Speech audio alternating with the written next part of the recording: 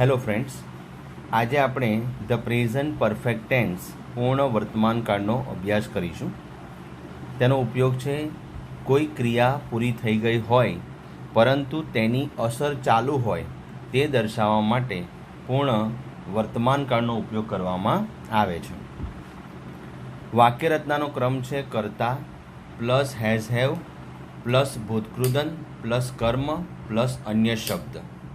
હવે ટુ હેવના વર્તમાનકાળના રૂપો આપણે જોયેલા. તો આઈની સાથે હેવનો ઉપયોગ કરવામાં આવે, વીની સાથે હેવ, યુ સાથે હેવ, હી સી ઇટ સાથે હેઝ અને ધેની સાથે હેવનો ઉપયોગ કરવામાં આવે છે. એટલે અહીંયા લખ્યું છે કર્તા એટલે કે subject plus has have plus ભૂતકૃદન એટલે કે જે મૂળ ક્રિયાપદ હોય તેનું પાસ્ટ પાર્ટિસિપલ પ્લસ કર્મ પ્લસ અન્ય શબ્દ. પૂર્ણ વર્તમાનકાળને ઓળખવા માટે નિશાની છે just, just now, ever, never, since, yet, already, recently અને ફોર. આ જે બધી નિશાની જે છે એના પરથી આપણે પૂર્ણ વર્તમાનકાળ છે તેને ઓળખી શકીએ. તો આપણે ફિલઅપ્સ કરીશું. પહેલી ફિલઅપ્સ છે આઈ પછી blank just blank my work. I ખાલી જગ્યા જસ્ટ ખાલી જગ્યા માય વર્ક. કૌંસમાં તમને ટુ ફિનિશ આપ્યું છે તો આઈ છે તો આઈની સાથે હેવ લાગશે. I have just. અહીંયા જે ફિનિશ આપ્યું છે તેનું ભૂતકૃદન થઈ જશે ફિનિશ્ડ, FINISHED ફિનિશ્ડ. બીજું વાક્ય આપણે જોઈએ અવર ડ્રોઈંગ ટીચર. અવર ડ્રોઈંગ ટીચર છે એટલે હી અને શીમાં આવે તો હી અને સી સાથે હેઝ વપરાય. તો આપણે અવર ડ્રોઈંગ ટીચર હેઝ ઓલરેડી. જો અહીંયા ઓલરેડી આપવામાં આવ્યું છે તે તેની નિશાની છે પૂર્ણ વર્તમાનકાળની. અહીંયા જસ્ટ આપવામાં આવ્યું હતું એ પણ પૂર્ણ વર્તમાનકાળની નિશાની છે. અહીંયા ડ્રો આપવામાં આવ્યું છે DRAW તો તેનું ભૂતકૃદન થઈ જશે DRAWN drawn. Our drawing teacher has already drawn a good picture. ત્યાર પછી ત્રીજી ખાલી જગ્યા જોઈશું. અહીંયા પ્રશ્નાર્થ આપવામાં આવ્યો છે એટલે વાક્ય પ્રશ્નાર્થ છે. તો યુ તો યુની સાથે વપરાઈશું હેવ તો આપણે હેવ આગળ મૂકશું તો H કેપિટલ કરીશું કારણ કે આપણે પ્રશ્નાર્થ બનાવીએ છીએ. તો હેવ યુ એવર. જો અહીંયા એવર આપવામાં આવ્યું છે તે પૂર્ણ વર્તમાનકાળની નિશાની છે.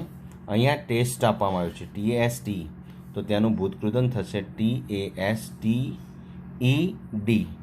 તો have you ever tasted grapes.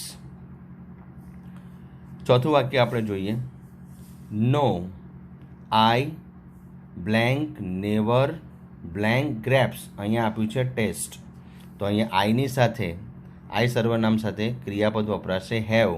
I have never. અહીંયા ટેસ્ટ આપ્યું છે તેનું ભૂતકૃદન થશે TASTED ટેસ્ટેડ ગ્રેપ્સ. હવે આપણે પાંચમું વાક્ય જોઈએ જનકભાઈ. તો હી શી અને ઇટ સાથે હેઝ વપરાય. તો અહીંયા જનકભાઈ છે તે હીમાં આવશે તો જનકભાઈ અહીંયા લખશું હેઝ.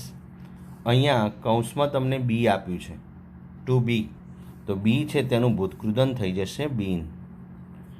તો Janakbhai has been in SMT.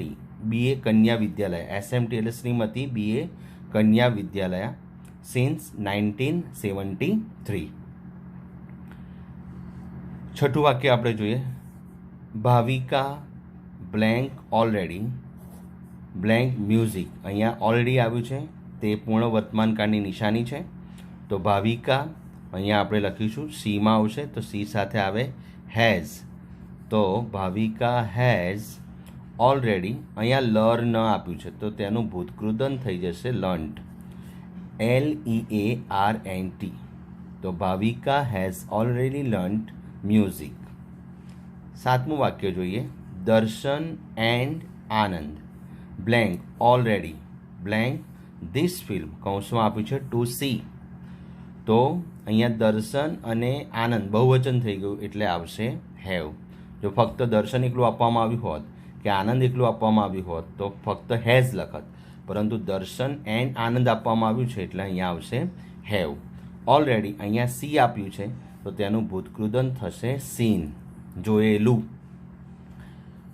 દર્શન and Anand have already scene this film. પૂર્વી, પૂર્વી એ ત્રીજો પુરુષ એકવચન સી, તો સી સાથે આવશે હેઝ, તો સી હેઝ નોટ. અહીંયા રિટર્ન આપવામાં આવ્યું છે તો રિટર્ન છે તેનું ભૂતકૃદન થઈ જશે return, RETURNED, return. Purvi has not return my book yet. હવે અહીંયા નિશાની આપી છે પૂર્ણ વર્તમાનકાળની યેટ. 9મું વાક્ય જોઈશું. Mister JB Shah is not in the staff room. He, અહીંયા હી આપવામાં આવ્યું છે ત્રીજો પુરુષ એકવચન તો હીની સાથે આવશે હેઝ. હી હેઝ, અહીંયા કૌંસમાં ગો આપ્યું છે તો ગોનું ભૂતકૃદન થઈ જશે ગોન. તો mister JB Shah is not in the staff room, he has gone somewhere. કૌંસમાં ટુ આપેલું એટલે ગોનું કરી નાખ્યું આપણે ગોન. અહીંયા 10મું વાક્ય છે ખાલી જગ્યા ઇન્ડિયા, તો ઇન્ડિયા સાથે હેઝ વપરાશે એકવચન. ઇન્ડિયા હેઝ, અહીંયા કૌંસમાં ટુ બી આપ્યું છે તો બીનું ભૂતકૃદન થશે બીન. તો India has been free since 1947. ત્યાર પછી આપણે 11મું વાક્ય જોઈએ. He is tired now, just now, તો he is tired now, he blank for 2 days. તો અહીંયા હી છે તો એની સાથે આવશે હેઝ. અહીંયા બેટ આપ્યું છે તો BATTED, bat. He is tired now, he has bat for 2 days. ત્યાર પછી હેતલ એન્ડ શ્વેતલ, બહુવચન છે, હેતલ એન્ડ શ્વેતલ એટલે આવશે હેવ. તો Hetal and Shwetal have never, અહીંયા વિઝિટ આપવામાં આવ્યું છે તો એનું ભૂતકૃદન થઈ જશે વિઝિટેડ. તો Hetal and Shwetal have never visited Rampur. તો આ રીતે આપણી પૂર્ણ વર્તમાનકાળની ફિલપ્સ છે તે પૂરી કરી. પહેલાં આપણે સિમ્પલ પ્રેઝન્ટ ટેન્સ જોયો, ત્યાર પછી પ્રેઝન્ટ કન્ટિન્યુઅસ ટેન્સ જોયું અને હવે આપણે પ્રેઝન્ટ પરફેક્ટ ટેન્સ જોયું, પૂર્ણ વર્તમાનકાળ. ફરીવાર એકવાર રિપીટેશન કરી લઈએ. સિમ્પલ પ્રેઝન્ટ ટેન્સ નિયમિત અને રોજની થતી ક્રિયાઓ દર્શાવવા માટે સાદા વર્તમાનકાળનો ઉપયોગ કરવામાં આવે છે. ટુ બીના વર્તમાનકાળના રૂપો છે એમ ઇઝ આર, આઈની સાથે એમ આવે, વીની સાથે આર, યુની સાથે આર, હી શી ઇટ સાથે ઇઝ આવે અને ધેની સાથે આર. તે જ ટુ હેવના વર્તમાનકાળના રૂપો I have, we have, you have, he she it has, they have.